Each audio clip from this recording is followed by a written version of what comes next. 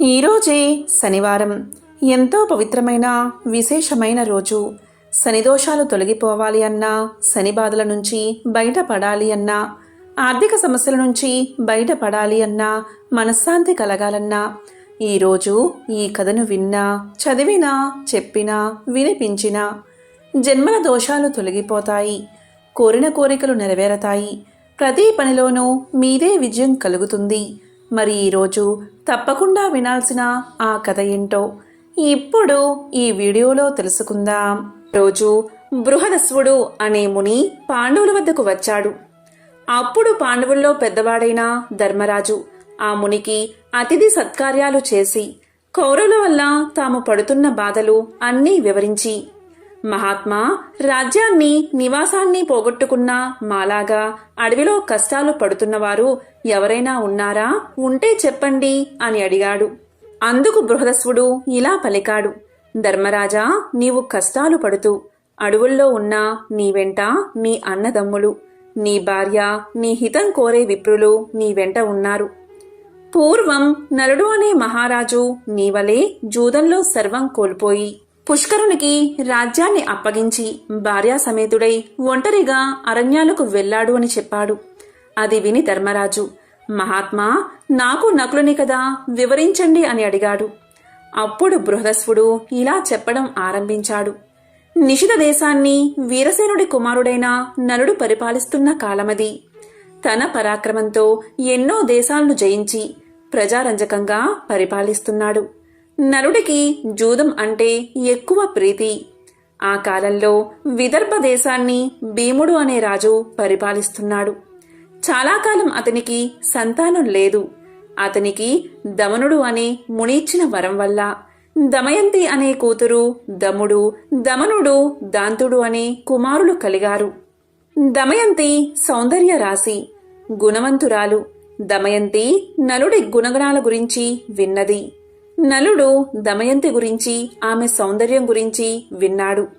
ఇరువురి నడుమ ప్రేమ అంకురించింది. ఒకరోజు నలుడు ఉద్యానవనంలో ఉండగా హంసల గుంపు వచ్చి అక్కడ వాలింది. ఆ హంసలను చూసి ముచ్చటపడి నలుడు వాటిలో ఒకదాన్ని పట్టుకున్నాడు. మిగిలిన హంసలు తోటి హంసను విడిచి వెళ్లలేక ఆకాశంలో తిరుగుతున్నాయి. నలునితో అతని చేతిలోని హంస మానవ భాషలో ఇలా పలికింది. ఓ నలమహారాజా, నీవు దమయంతిని ప్రేమిస్తున్నావు. నేను దమయంతి వద్దకు వెళ్లి నీ గురించి, నీ అందచందాల గురించి, గుణగణాల గురించి చెప్పి నీ మీద అనురాగం కలిగేలా చేస్తాను అని పలికింది. ఆ హంస పలుకులు విని నలుడు ఆనందపడి దాన్ని విడిచిపెట్టాడు. ఇచ్చిన మాట ప్రకారం ఆ హంస విదర్భ దేశానికి ఎగిరిపోయింది. అంతఃపురం ముందు విహరిస్తున్న హంసను చూసి దమయంతి ముచ్చటపడింది. చెలికత్తెల సాయంతో దమయంతి ఆ హంసను పట్టుకుంది. ఆ హంస దమయంతితో ఇలా పలికింది. ఓ దమయంతి, నేను నీ హృదయేశ్వరుడైన నలుడి వద్ద నుండి వచ్చాను. నలుడు సౌందర్యవతుడు, సంపన్నుడు, సద్గుణవంతుడు. నీవు సౌందర్యంలో, గుణంలో అతనికి తగినదానివి. అతనికి భార్యవైతేనే నీకు రాణింపు అని పలికింది. అప్పుడు దమయంతి, ఓ హంస, నలుడు గురించి నాకు ఎలా చెప్పావో అలాగే నలుడికి కూడా నా గురించి చెప్పు అన్నది. ఆ హంస అలాగే చేసింది. ఇలా ఇరువురికి ఒకరిపై ఒకరికి అనురాగం అధికమైంది. నల దమయంతుల ప్రణయ విషయం దమయంతి చెలికత్తెల ద్వారా తెలుసుకున్న భీమ మహారాజు కుమార్తెకు స్వయంవరం ప్రకటించాడు. ఆహ్వానాన్ని అందుకున్న రాజులంతా స్వయంవరానికి విచ్చేశారు. నలుడు కూడా స్వయంవరానికి పోతున్నాడు. ఇంద్రుడికి దమయంతి స్వయంవర విశేషం తెలిసి దిక్పాలకులతో స్వయంవరానికి బయలుదేరాడు. మార్గ మధ్యలో నలుణ్ణి చూసిన ఇంద్రుడు నలుడితో, నిషధరాజా, నీవు నాకు దూతగా పనిచేయాలి అన్నాడు. అప్పుడు నలుడు, అలాగే చేస్తాను. ఇంతకీ మీరెవరు? నేను నీకేమి చెయ్యాలి అని అడిగాడు. అప్పుడు ఇంద్రుడు నలునితో, నేను ఇంద్రుణ్ణి. వీరు దిక్పాలకులు. నీవు పోయి దమయంతికి మా గురించి చెప్పి ఆమె మమ్మల్ని వరించేలా చెయ్యాలి అన్నాడు. అప్పుడు నలుడు ఇంద్రునితో, అయ్యా, నీకిది ధర్మమా? నేను కూడా అదే పని మీద పోతున్నాను కదా అన్నాడు. అప్పుడు ఇంద్రుడు నలునితో, నీవు మాకు మాటిచ్చావు కనుక ఈ కార్యం చేయవలసిందే. ఇది దేవతా కార్యం. నీవు చేయగలవు, మాట తప్పడం ధర్మం కాదు. మా మహిమ చేత అంతఃపురానికి వెళ్లడానికి నీకు ఎవరూ అడ్డు చెప్పరు అన్నాడు. గత్యంతరం లేక నలుడు దమయంతి అంతఃపురంలో ప్రవేశించాడు. నలుడు దమయంతిని మొదటిసారిగా చూసి హంస చెప్పిన దానికంటే దమయంతి సౌందర్యవతి అనుకున్నాడు. దమయంతి ఆమె చెలికత్తెలు నలుణ్ణి చూసి ఆశ్చర్యపోయారు. దమయంతి నలుణ్ణి చూసి, మహాత్మా, మీరు ఎవరు? ఎక్కడి నుండి వచ్చారు? ఈ అంతఃపురంలో ఎవరికీ కనబడకుండా ఎలా ప్రవేశించారు అని అడిగింది. అప్పుడు నలుడు దమయంతితో, నా పేరు నలుడు, నేను దేవదూతగా వచ్చాను. దిక్పాలకులు వారిలో ఒకరిని వరించమని నీకు చెప్పమని నన్ను పంపారు అన్నాడు. నలుడి మాటలకు ఆమె మనసు కష్టపడింది. అయ్యా, నేను మానవకాంతను. నమస్కారం చేయవలసిన దేవతలను వరించడం ధర్మమా? నాడు హంస చెప్పింది మొదలు నిన్నే నా భర్తగా తలుచుకుంటున్నాను. నా తండ్రి భీమరాజు మిమ్మల్ని ఇక్కడికి రప్పించడానికే స్వయంవరం ప్రకటించాడు. మీరే నా భర్త కనుక నన్ను స్వీకరించండి, లేకుంటే నా ప్రాణాలను తీసేసుకుంటాను. అంతేకాని ఇతరులను వరించను అని దమయంతి ప్రార్థించింది. అప్పుడు నలుడు దమయంతితో, దమయంతి, దేవతలు ఐశ్వర్యవంతులు, జరా మరణాలు లేనివారు. వారిని కాదని జరామరణాలకు ఆలవాలమైన నన్ను కోరడం న్యాయమా అని పలికాడు. ఆ మాటలు విని దమయంతి దుఃఖించింది. ఆమె నలుడితో, నేను ఒక ఉపాయం చెప్తాను. అందరి ముందు నేను దేవతలను ప్రార్థించి మిమ్మల్ని వివాహం చేసుకుంటాను. అప్పుడు మీకు దేవతల మాట వినలేదన్నా దోషం ఉండదు అని పలికింది. ఆ మాటలు నలుడు ఇంద్రుడికి చెప్పాడు. అది విని దిక్పాలకులు, దమయంతి మమ్మల్ని ఎలా వరించదో చూస్తాము అని అందరూ నలుడి రూపంలో స్వయంవరానికి విచ్చేశారు. స్వయంవర మండపంలో ఒకేసారి 5 నళ్ళు కనిపించారు. దమయంతి వరమాల పట్టుకుని వచ్చింది. మనసులో ధ్యానించి, దేవతలారా, నలుణ్ణి గుర్తుపట్టడంలో నాకు సహకరించండి, మీ నిజ రూపాలతో ప్రత్యక్షం అవ్వండి అని ప్రార్థించింది. వారు దమయంతిని కరుణించి తమ నిజ రూపాలతో ప్రత్యక్షం అయ్యారు. నలా దమయంతులకు వైభవోపేతంగా వివాహం జరిగింది. ఇంద్రాది దేవతలు అనేక వరాలిచ్చి అనుగ్రహించారు. ఇలా దేవతలు దమయంతి స్వయంవరం చూసి దేవలోకం వెళ్తూ ఉండగా దేవతలకు కలి పురుషుడు కనిపించాడు. ఇంద్రుడు కలిపురుషుని చూసి, ఎక్కడికి పోతున్నావు అని అడిగాడు. అప్పుడు కలిపురుషుడు, భూలోకంలో జరుగుతున్న దమయంతి స్వయంవరానికి పోతున్నాను అన్నాడు. ఆ మాటలకు వారు నవ్వి, దమయంతి స్వయంవరం జరిగింది, ఆమె నలుణ్ణి వివాహం చేసుకుంది అన్నారు. దీంతో కలికి కోపం వచ్చింది. నలుడిని రాజ్యభ్రష్టుణ్ణి చేసి వారిద్దరికీ వియోగం కల్పించాలి అనుకున్నాడు. నలుడు ధర్మాత్ముడు. కలి ప్రవేశానికి చాలా కాలానికి గాని అవకాశం రాలేదు. ఒకరోజు నలుడు మూత్ర విసర్జన చేసి పాద ప్రక్షాళన చేయకుండా సంధ్యావందనం చేశాడు. ఆ శౌచాన్ని ఆధారం చేసుకుని కలి అతనిలోకి ప్రవేశించాడు. నలుడి దాయాది అయిన పుష్కరుని వద్దకు వెళ్లి నలుడికి జూద వ్యసనం ఉందని అతనితో జోదమాడి అతని రాజ్యాన్ని గెలవచ్చని నమ్మబలికాడు కలి. బ్రాహ్మణ వేషంలో పుష్కరునితో నలుడి వద్దకు వెళ్లి జూదానికి ఆహ్వానించాడు. జూదానికి పిలిస్తే పోకపోవడం ధర్మం కాదని నలుడు జూదమాడ్డానికి అంగీకరించాడు. జూదం మొదలైంది. నలుడు తన రాజ్యాన్ని, సంపదలను వరుసగా పోగొట్టుకుంటున్నాడు. అయినా ఆడ్డం మానలేదు. సమస్తం పోయే వరకు ఆడాడు. దీంతో దమయంతి దుఃఖించి, ఓడే కొద్దీ గెలవాలనే పంతం పెరుగుతుంది, ఏమీ చెయ్యలేము అని సరిపెట్టుకుంది. నలుడు ఓడిపోవడం తథ్యమని గ్రహించిన దమయంతి తన కుమార్తె ఇంద్రను, కుమారుడు ఇంద్రసేనను, సారథిని తోడిచ్చి విదర్భలో ఉన్న తండ్రి వద్దకు పంపించేసింది. నలుడు తన రాజ్యాన్ని కోల్పోయి నగరం వెలుపులా 3 రోజులు ఉన్నాడు. జూదంలో సర్వం పోగొట్టుకున్న నలుణ్ణి చూడడానికి ఎవరూ రాలేదు. ఆకలికి తట్టుకోలేకపోయాడు. ఆకాశంలో ఎగురుతున్న పక్షులను పట్టడానికి తన పైవస్త్రాన్ని వాటి మీద విసిరాడు. ఆ పక్షులు ఆ వస్త్రంతో సహా ఎగిరిపోయాయి. దీంతో నలుడు సిగ్గుపడి తన భార్య కొంగును పైవస్త్రంగా కప్పుకున్నాడు. ఆ దుస్థితికి తట్టుకోలేని నలుడు, దమయంతి, ఇక్కడ 4 మార్గాలు ఉన్నాయి. ఇది నీ పుట్టిల్లు విదర్భ దేశానికి పోయేదారి. ఇది దక్షిణ దేశానికి పోయే మార్గం. ఇది కోసల దేశానికి పోయే మార్గం. ఇది ఉజ్జయిని దేశానికి పోయే మార్గం. వీటిలో మనకు అనుకూలమైన మార్గమేదో చెప్పు అన్నాడు. ఇంకా భార్యతో ఇలా పలికాడు. నీవు అడవులలో కష్టాలు పడలేవు, నీ తండ్రి ఇంటికి వెళ్లి సుఖంగా ఉండు అని చెప్పాడు. అప్పుడు దమయంతి ఇలా పలికింది. అవును నాదా, మనమిద్దరం విదర్భకు వెళ్లి సుఖంగా ఉందామని చెప్పింది. అప్పుడు నలుడు, దమయంతి మహారాజుగా విదర్భలో తిరిగినవాడిని రాజ్యభ్రష్టుడిగా ఎలా రాగలను చెప్పు? అన్ని రోగాల కన్నా పెద్ద రోగం దుఃఖం. అందుకు భార్య పక్కన ఉండడమే పరమ ఔషధం. అందుకని నీవు పక్కన ఉంటే ఎన్ని కష్టాలనైనా సుఖాలుగానే ఉంటాయి అన్నాడు నలుడు. దానికి దమయంతి, నిజమే, అందుకనే నన్ను ఎప్పుడూ మీ వెంట ఉండడానికి అనుమతించండి అని పలికింది. అందుకు నలుడు అంగీకరించాడు. ఒకరోజు అడవిలో నలుడి తొడ మీద తలపెట్టుకుని దమయంతి నిద్రపోతూ ఉంది. ఆమెను చూసి నలుడు, ఈ సుకుమారి నాతో అడవుల్లో కష్టాలు పడుతుంది. నా వెంట ఉండడమే ఈమె కష్టాలకు కారణం.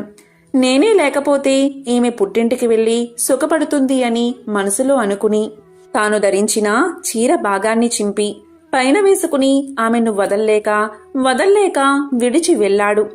నిద్ర లేచిన దమయంతి భర్త లేకపోవడం చూసి ఎంతో దుఃఖించింది. భర్తను తలుచుకుంటూ అడవిలో తిరుగుతున్న దమయంతిని ఒక కొండ చిలువ పట్టుకుంది. భయంతో దమయంతి కేకలు వేసింది. ఆ కేకలు విని ఒక కిరాతకుడు తన కత్తితో ఆ కొండ చిలువను చంపి దమయంతిని రక్షించాడు. ఆ కిరాతకుడు దమయంతి గురించి తెలుసుకున్నాడు. ఆమె నిస్సహాయతను తెలుసుకుని ఆమెను తాకబోవగా దమయంతి అతన్ని భస్మం చేసేసింది. భర్తను తలుచుకుంటూ అడవిలో దారి తిన్ను లేకుండా ప్రయాణిస్తూ ఉండగా ఆమెకు ఒక మునిపల్లె కనబడింది. అక్కడ ఆమె ముని శ్రేష్ఠుల్ని చూసింది. మునులు దమయంతిని చూసి, అమ్మా, నీవెవరు? ఒంటరిగా ఎందుకు తిరుగుతున్నావు అని అడిగారు.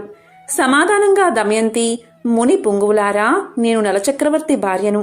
నా పేరు దమయంతి. విధివశంతో నా భర్త నన్ను విడిచి వెళ్లాడు. నాకు వారి జాడ చెప్పగలరా? నేను భర్త లేనిదే జీవించలేను అని అంది. దానికి మునులు, అమ్మా, నీకు త్వరలోనే భర్త సమాగమం జరుగుతుంది, చింతపడుకు అని చెప్పి వెళ్లారు. దమయంతి పిచ్చిదానిలా భర్తను వెతుక్కుంటూ ఆ అడవిలో తిరుగుతూ ఉంది. ఇంతలో అటుగా పోతున్న బాటసారులు ఆమెను చూశారు. కొందరు ఆమెను పిచ్చిది అని ఎగతాళి చేశారు. కొందరు ఆమెకు మొక్కారు.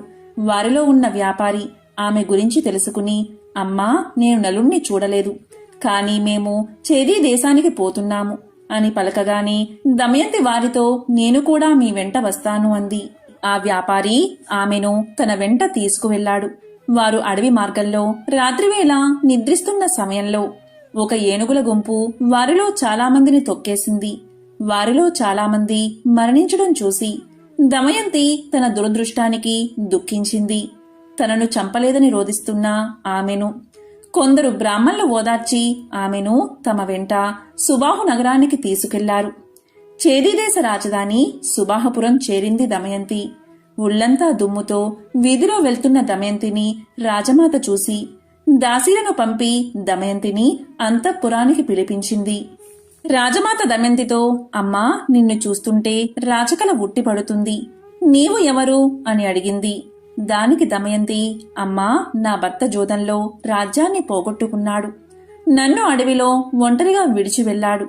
అతన్ని వెతుకుతూ తిరుగుతున్నాను అని చెప్పింది. దానికి రాజమాత, అమ్మా, ఇక నుండి నువ్వు నా దగ్గర సైరంధ్రిగా ఉండు. నీకు ఏ లోటు రాకుండా నేను చూస్తాను. నీ భర్తను వెతికి తెస్తాను అని చెప్పింది. దమయంతి అందుకు అంగీకరించి, అలాగే ఉంటాను, కానీ నేను సైరంధ్రిగా ఎవరి ఎంగిలి తినను, పరులకు కాళ్ళు పట్టను, పరపురుషులతో మాట్లాడను. కేవలం నా భర్తను వెతుకుతూ వెళ్లే బ్రాహ్మణులతో మాత్రం మాట్లాడతాను అని చెప్పింది. రాజమాత అందుకు అంగీకరించి తన కుమార్తె సునంద వద్దకు పంపింది. దమయంతి అక్కడే ఉండిపోయింది. దమయంతిని వదిలి వెళ్లిన నలుడు అడవిలో ప్రయాణిస్తూ ఉండగా అడవి అంతటా దావానలం వ్యాపించింది.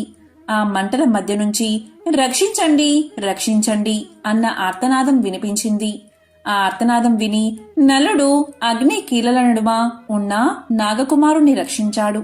ఆ పాము నలుణ్ణి కాటేసింది. పాము కాటుకు నలుడు వికృత రూపుడయ్యాడు. అప్పుడు ఆ పాము తన నిజరూపంతో ప్రత్యక్షమై నలుడితో, నల మహారాజా, నా పేరు కర్కోటకుడు.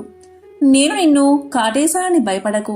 ఇక నిన్ను ఎవరూ గుర్తించరు. పాముకాటు నిన్నేమీ చెయ్యదు. నీ రాజ్యం నీకు ప్రాప్తిస్తుంది. నీ భార్య నీకు దక్కుతుంది. నీకు ఎప్పుడు నిజరూపం కావాలన్నా నన్ను తలుచుకుంటే నీ వద్దకు ఒక వస్త్రం ఎగురుతూ వస్తుంది. దాన్ని కప్పుకుంటే నీ పూర్వాకృతి వస్తుంది. నీకు మరొక విషయం చెప్తాను. ఇక్కడికి దగ్గరలో ఇక్ష్వాకు వంశస్థుడైన ఋతుపర్ణుని రాజ్యముంది. నీవు అక్కడికి వెళ్ళు. బాహుకుడు అనే పేరుతో అతని వద్ద రథసారథిగా చేరు. నీవు అతడికి అశ్వహృదయం అనే విద్యను ఇచ్చి అతని నుండి అక్షహృదయం అనే విద్యను గ్రహించు అని చెప్పి కర్కోటకుడు వెళ్లిపోయాడు. నలుడు ఋతుపర్ణుని వద్ద సారథిగా చేరాడు. అలాగే వంటశాలలో చేరి రుచికరమైన వంటలు వండిపెట్టసాగాడు. నలుడికి జీవలుడు సహాయకుడిగా ఉన్నాడు. ఎక్కడ ఉన్నా నలుడు ఎప్పుడూ దమయంతిని తలచి దుఃఖిస్తూనే ఉండేవాడు. ఒకరోజు నలుడు దమయంతిని తలుచుకుని దుఃఖిస్తూ ఉండగా జీవనుడు విని ఈ వికృత రూపి ప్రియురాలు ఎంత వికృత రూపంతో ఉంటుందో అనుకుంటూ నలుడి దగ్గరకు వచ్చి విషయం ఏమిటని అడిగాడు. అందుకు నలుడు జీవలునితో, అయ్యా, నాకు ఒక ప్రేయసి కూడానా? నాకు తెలిసిన ఒక సైనికుడు తన ప్రేయసి గురించి దుఃఖిస్తుండగా చూశాను. అతన్ని అనుకరిస్తూ ఏడుస్తున్నాను అన్నాడు. విదర్భ దేశంలో ఉన్న భీమునికి నలుడి విషయాలు తెలిసాయి. తన కూతురు అల్లుడు ఏమయ్యారో అని పరితపించాడు అతను. వారిని వెతకడానికి నలువైపులా బ్రాహ్మణులు పంపించాడు. ఎన్నో బహుమానాలు ప్రకటించాడు. చేదీ దేశం చేరిన బ్రాహ్మణుడు దమయంతి నుదుటిన ఉన్న పుట్టు మచ్చను చూసి ఆమెను గుర్తించారు. అతడు దమయంతితో, అమ్మా, నేను నీ తండ్రి వద్ద నుండి వస్తున్నాను. అక్కడి వారంతా క్షేమం. నేను నీ సోదరుడి మిత్రుడను అనగాని దమయంతి వారిని తలుచుకుని పెద్దగా రోదించింది. అది చూసిన రాజమాత ఆ బ్రాహ్మణుణ్ణి చూసి, బ్రాహ్మణోత్తమా, ఈమె ఎవరి భార్య, ఎవరి కూతురు, ఇలా ఉండడానికి కారణం ఏమిటి అని అడిగింది. దానికి అతడు, అమ్మా, ఈమె విదర్భరాజు కుమార్తె, నల చక్రవర్తి భార్య. ఈమె పేరు దమయంతి. నల మహారాజు విధివశాత్తు రాజ్యాన్ని పోగొట్టుకుని అడవుల పాలయ్యాడు. భీముని ఆజ్ఞపై ఈమెను వెతుకుతూ ఇక్కడకు వచ్చి ఈమెను గుర్తించాను అన్నాడు. అది విని దమయంతిని కౌగిలించుకున్న రాజమాత, దమయంతి, నీవు నాకు పుత్రికా సమానురాలివి. నేను నీ తల్లి దశార్ణరాజు కుమార్తెలము. నీ తల్లి విదర్భరాజును వివాహం చేసుకుంది. నేను వీరబాహుణ్ణి వివాహం చేసుకున్నాను అని పలికింది. అందరూ ఎంతో సంతోషించారు. దమయంతి బ్రాహ్మణుడితో పుట్టింటికి ప్రయాణమయ్యింది. రాజసౌధంలో ఉన్న దమయంతి భర్త వియోగంతో బాధపడుతూనే ఉంది. ఆమె తన తండ్రితో, నా భర్తను తక్షణం వెతికించండి, ఆయన లేకుండా నేను బతకలేను అంది. భీముడు వెంటనే బ్రాహ్మణుల్ని పిలిచి నలుణ్ణి వెతకమని చెప్పారు. వారితో దమయంతి ఇలా చెప్పింది, నా భర్త ఇప్పుడు రాజ్య భ్రష్టుడు కనుక మారువేషంలో ఉంటాడు. మీరు వెళ్లిన రాజ్య సభలలో ఈ విధంగా ప్రకటించండి, నీవు సత్యసంధుడువు కాని నీ సతిని వంచావు. ఆమె సగం వస్త్రం ధరించి వెళ్ళావు. అలా చేయడం ధర్మమా? నాపై కరుణ చూపు అని చెప్పండి. ఈ మాటలకు ఎవరైనా రోషపడి బదులిస్తే నా వద్దకు వచ్చి చెప్పండి అని పలికింది. అలా నలుణ్ణి వెతకడానికి వెళ్లిన వారంతా నలుని జాడ తెలుపకపోయినా వారిలో పర్ణాదుడు అనే విప్రుడు దమయంతితో, అమ్మా, నేను ఋతుపర్ణుని రాజ్యంలో నీవు చెప్పినట్లే చెప్పాను. అక్కడ ఒక కురూపి వంటవాడు, సారథి అయిన బాహుకుడు అనేవాడు నన్ను రహస్యంగా కలుసుకుని, అయ్యా, భర్త కష్టాల్లో ఉన్నా సహించి ఆదరించే భార్య ఇహలోకంలోనూ పరలోకంలోనూ సుఖపడుతుంది అన్నాడు అని దమయంతో చెప్పాడు. దమయంతి ఆలోచించగా అతడు నలుడు కాకపోతే అలా ఎందుకు బదులిస్తాడు అనుకుంది. తన అనుమానం దృఢపరుచుకోవడానికి తల్లి అనుమతితో సుదేవుడు అనే బ్రాహ్మణుణ్ణి పిలిపించింది. సుదేవా, నీవు ఋతుపర్ణుని రాజుతో, రాజా, భీముడు తన అల్లుడి కొరకు వెతికించినా ఫలితం లేదు కనుక ద్వితీయ స్వయంవరం ప్రకటించాడు. భూమండలంలోని రాజులంతా వస్తున్నారు. మరునాడే స్వయంవరం కనుక వెంటనే బయలుదేరు అని చెప్పు అని చెప్పి పంపించింది. సుదేవుడు ఋతుపర్ణునితో దమయంతి చెప్పమన్నట్లే చెప్పాడు. దమయంతి బ్రాహ్మణుని ద్వారా పంపిన సందేశం విని ఋతుపర్ణుడు స్వయంవరానికి వెళ్ళాలి అనుకున్నాడు. కాని ఒక్క రోజులో విదర్భను చేరడం ఎలా అనుకుని సారథి అయిన బాహుకుని పిలిచి, బాహుక దమయంతికి ద్వితీయ స్వయంవరం ప్రకటించారు. నాకు చూడాలని ఉంది. ఒక్క రోజులో మనం విదర్భకు వెళ్ళాలి. నీ అశ్వ సామర్థ్యం ప్రకటించు అన్నాడు.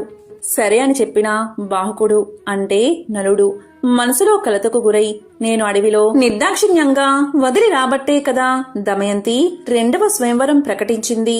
అవివేకులైన పురుషులు తాము ఏమి చేసినా భార్య ప్రేమిస్తుందని అనుకుంటారు. కాని అది నిజం కాదు. నా మీద కలిగిన కోపంతో దమయంతి ఇలా చేసిందని దుఃఖించాడు. అయినా దమయంతి పతివ్రత, ఇద్దరు పిల్లల తల్లి ఈ విధంగా రెండవ పెళ్లి చేసుకుంటుందా ఏమో, ఆ వింత చూస్తాను అని మనసులో అనుకున్నాడు. వెంటనే రథానికి గుర్రాలను కట్టి విదర్భకు ఋతుపర్ణుని తీసుకుని ప్రయాణమయ్యాడు. ఋతుపర్ణుడికి రథం పోయే వేగం చూస్తుంటే అది సూర్యుడి రథంలా, బాహుకుడు అనురుడిలా అనిపించింది. పక్కనే ఉన్న వార్షేయుడికి అదే సందేహం కలిగింది. భూలోకంలో ఉన్న నలుడికి మాత్రమే ఇలాంటి నైపుణ్యం ఉంది. కాని ఈ కురూపి నలుడు ఎలా అవుతాడు అని మనసులో అనుకున్నాడు. ఇంతలో ఋతుపర్ణుని ఉత్తరీయం జారి కింద పడింది. బాహుక రథం ఆపు, వార్ణేయుడు దిగి ఉత్తరీయం తీసుకువస్తాడు అన్నాడు. దానికి బాహుకుడు, మహారాజా మనం ఆమడ దూరం వచ్చేశాం, అంత దూరం నడుచుకుంటూ ఎలా తీసుకురాగలం అన్నాడు. అతని రథసారథ్యానికి ఋతుపర్ణుడు ఆశ్చర్యపోయాడు. తన పరిజ్ఞానాన్ని బాహుకుడికి చూపించాలన్న ఆసక్తి కలిగింది. అంతలో రథం ఒక పెద్ద వృక్షాన్ని దాటింది.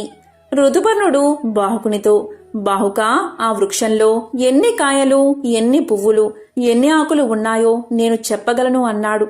దానికి బాహుకుడు, చెప్పండి మహారాజా అన్నాడు. ఋతుపర్ణుడు చెప్పాడు. లెక్కించి చూస్తే కాని నమ్మను అని రథమాపి ఆ చెట్టును పడగొత్తించి లెక్కించాడు. ఋతుపర్ణుడు చెప్పిన లెక్కకు ఖచ్చితంగా సరిపోయింది. దానికి బాహుకుడు ఆశ్చర్యపడి ఆ విద్యను తనకు ఉపదేశించమని అడిగాడు. ఋతుపర్ణుడు, బాహుక ఇది అక్ష విద్య అని సంఖ్యాశాస్త్రమన్నాడు. దానికి బాహుకుడు, మహారాజా నేను మీకు అశ్వహృదయం నేర్పిస్తాను, మీరు నాకు అక్ష విద్య నేర్పించాలి అన్నాడు. ఇలా అక్షహృదయ విద్య మహిమ వల్ల నలుల్లో నుండి కలి వెలుపలికి వచ్చాడు. తన్ను క్షమించమని నలుణ్ణి వేడుకున్నాడు. నలుడు ఆగ్రహించి శపించబోయాడు. అప్పుడు కలి నలుడితో, నలమహారాజా నిన్ను ఆవహించి నీలో ఉన్న సమయంలో నిన్ను కర్కోటకుడు కాటువేయడం వల్ల అనుక్షణం కాలిపోయాను. ఇంతకంటే శాపం ఏముంటుంది? నన్ను క్షమించి విడిచిపెట్టు అని వేడుకున్నాడు. ఇలా జరగగానే నలుడి రథం విపరీతమైన వేగంతో విదర్భలోకి ప్రవేశించింది. ఆ ఘోష విని దమయంతి నలుడి రథాన్ని గుర్తుపట్టింది. ఋతుపర్ణరాజుకు విదర్భలో స్వయంవరం జరుగుతున్నా సందడి కనిపించలేదు. బాహుకుడు అంటే నలుడు రథాన్ని అశ్వసాల్లో నిలిపి సేదతీరాడు. అప్పుడు దమయంతి తన దాసీతో, వచ్చింది ఋతుపర్ణ మహారాజు, అతని సారథి వార్షేయుడు, వారు నాకు తెలుసు. కాని వారి వెంట ఉన్న కురూపి ఎవరు అని అడిగింది. వివరాలు కనుక్కుని రమ్మంది. దాసి వివరాలు కనుక్కుని రాగానే దమయంతి అతను నలుడు అని నిశ్చయించుకుని తన తండ్రి అయిన భీమరాజు దగ్గరకు వెళ్లి నలుడు బాహుకుడు అని చెప్పింది. అలా చెప్పి నలుడి పాదాలపై పడి నమస్కారం చేసుకుంది. వెంటనే ఆకాశం నుండి వాయుదేవుడు, నలచక్రవర్తి ఈమె పవిత్రురాలు, పతివ్రత, నేను సూర్యుడు చంద్రుడు ఈమె సౌశీల్యం కాపాడుతున్నాము అని పలికాడు. వెంటనే నలుడు కర్కోటకుడిని స్మరించాడు. వెంటనే ఒక వస్త్రం వచ్చింది. అది ధరించగానే నలుడికి ఇంద్రతేజస్సుతో సమానమైన మనోహరమైన పూర్వరూపం వచ్చింది. దమయంతిని పరిగ్రహించాడు. ఈ విధంగా నలా దమయంతులు కలిశారు. ఈ నలుడి కథ శ్రద్ధతో వినేవారు, సమావేశాల్లో చదివి వినిపించేవారు కలివల్ల సంభవించే దోషాల నుండి విముక్తిని పొందుతారు. సర్వ పుణ్యకార్యాలు చేసినప్పుడు లభించే పుణ్య ఫలితాలు నలోపాఖ్యానం విన్నవారికి, వినిపించిన వారికి కూడా లభిస్తాయి. అటువంటి వారికి బహుపుత్ర లాభం, పౌత్ర వృద్ధి, ఆయురారోగ్య, ధన సంపత్తులు కలుగుతాయి. విష ప్రయోగం నుంచి బాధలు, చెడు విషయాల్లోని లంపడత్వం వారిని అంటవు. వారు ధర్మాత్ములు కాగలరు. కర్కోటకస్య నాగస్య దమయంత్య నలస్య చ ఋతుపర్ణచ్చ రాజర్షి కీర్తనం కరినాశనం. పూర్వం భక్తులు తమ తమ ఇష్ట దైవాలను ఎంతగా తమ భక్తిని చాటుకున్నారంటే సాక్షాత్తు దేవుళ్లే స్వయంగా భువికి దిగివచ్చి తమ భక్తుల కోర్కెలను నెరవేర్చేవారు. అలా తన భక్తితో స్వామిని మెప్పించిన అపర భక్తుడే బావాజీ. బావాజీ స్వామితో కలిసి పాచికలు ఆడాడు. తిరుమలలోని మాడ వీధుల్లోని ప్రధాన గోపురానికి కుడివైపున మఠం. ఆ భక్తుడు బావాజీదే. ఆ మఠంపై శ్రీ వెంకటేశ్వరుడు తన భక్తుడు బావాజీతో పాచికలాడుతున్న దృశ్యం కనిపిస్తుంది. ఈ మఠాన్ని హాతీరాం మఠం అంటారు. కొన్ని వందల ఏళ్ల క్రితం బావాజీ అనే భక్తుడు తీర్థయాత్రలు చేస్తూ ఉత్తరాది నుంచి తిరుమలకు చేరుకున్నాడు. అక్కడ శ్రీ వెంకటేశ్వరుడి దివ్య మంగళ విగ్రహాన్ని చూసిన ఆయన మనసు అక్కడే లగ్నమైపోయింది. తోటి యాత్రికులంతా వెళ్ళిపోయినా ఆయన తిరుమలలోనే ఉండి నిత్యము స్వామిని దర్శించుకునేవాడు. ఆలయంలో గంటల తరబడి బావాజీ నిలబడి ఉండడం అర్చకులకు కంటగింపుగా మారింది. అలాంటి వ్యక్తి నిరంతరం గుడిలో ఉండడాన్ని అనుమానాస్పదంగా భావించిన అర్చకులు ఆయన్ని బయటకు గెంటేసేవారు. ఇకపై ఆలయంలోకి రాకూడదంటూ కట్టడి చేశారు. దీంతో తీవ్ర మనస్తాపానికి గురైన బావాజీ శ్రీనివాసుడి దర్శన భాగ్యం కోసం చిన్న పిల్లవాడిలా విలపించాడు. రాత్రింబవళ్ళు కన్నీరు మున్నీరయ్యాడు. అప్పుడు అతన్ని ఓదార్చేందుకు సాక్షాత్తు శ్రీనివాసుడే దిగిరాక తప్పలేదు. స్వామి బావాజీతో ఇలా పలికాడు: నిన్ను నా సన్నిధికి రానివ్వకపోతే ఏమవుతుంది?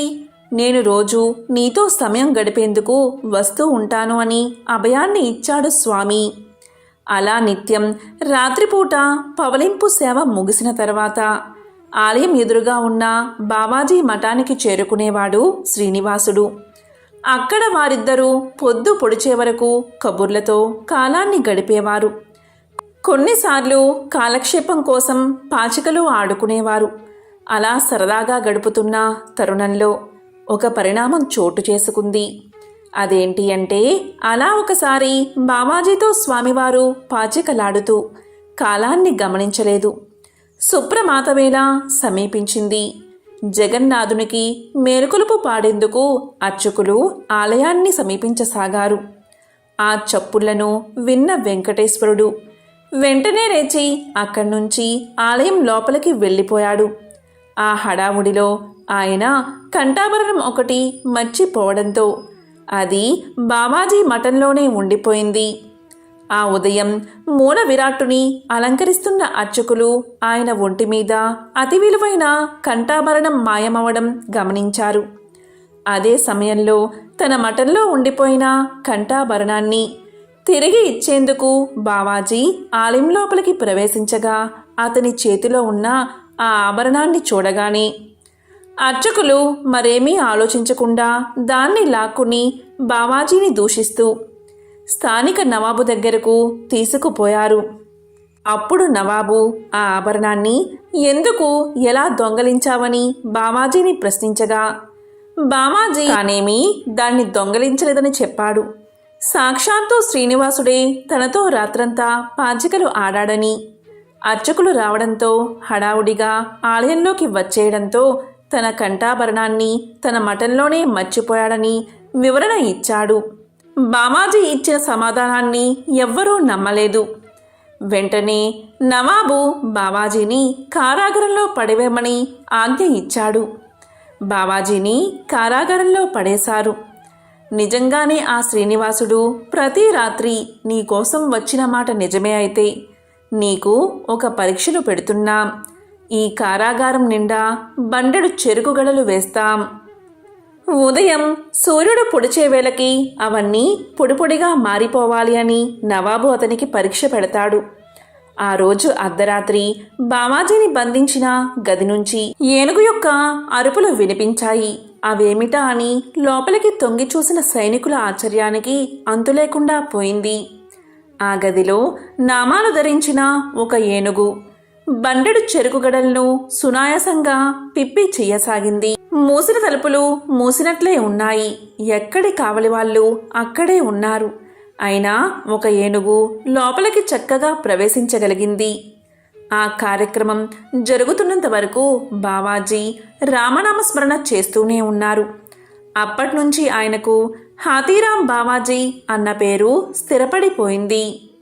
హాతీరాం భక్తిని స్వయంగా చూసిన నవాబు ఆయన్ని ఆలయ అధికారిగా నియమించాడు. హతీరాం బావాజీతో పాచికలాడి స్వామి తిరుమలలోని తన ఆస్తులంటిని పందెంగా పెట్టి ఓడిపోయాడని, అప్పట్నుంచే తిరుమల ఆలయం అతని వారసుల అధీనంలోనే ఉన్నదని ఒక కథ కూడా ఉంది. హతీరాం బావాజీ మొదట్లో శ్రీవారి ప్రసాదాన్ని ఆహారంగా తీసుకునేవారు. అయితే ప్రతిరోజు ఊరికే ప్రసాదాలు ఇవ్వడం ఇష్టం లేని ఆలయ అధికారులు హతీరాంని కట్టెలు కొడితేనే ప్రసాదం స్వీకరించాలి అని షరతులు విధించారు. హతీరాంజీ ఏనుగులా బలంగా ఉండేవాడని పురాణాలు చెబుతున్నాయి. శ్రీవారి ప్రసాదం కోసం కట్టెలు తెచ్చి వాటిని గొడ్డలతో హతీరాంజీ ముక్కలు చేసేవాడట. కొన్ని రోజుల తర్వాత బావాజీకి బాధ అనిపించిందట. తన సమయమంతా దీనికి కేటాయిస్తున్నానేంటి అనుకునేవారట హతీరాంజీ.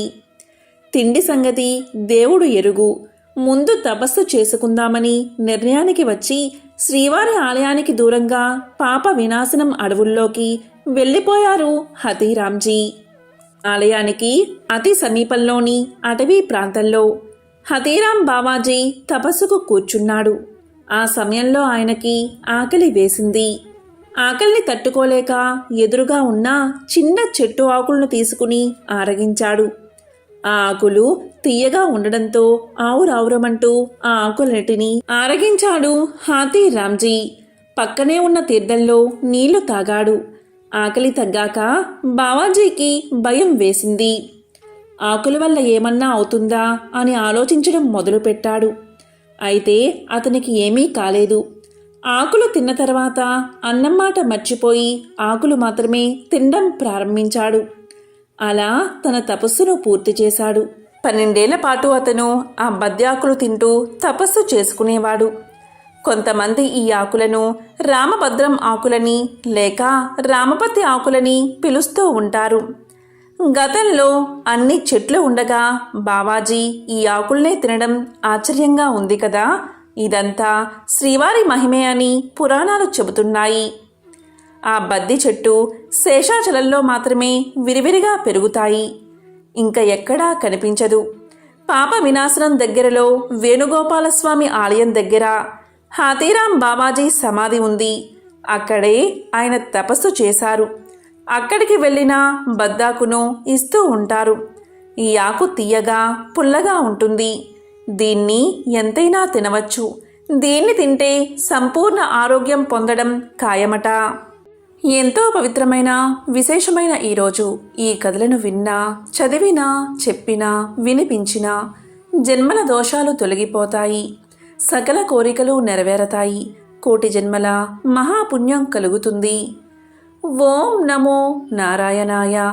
ఓం నమః శివాయ. ఓం శనైశ్చరాయ నమో నమః.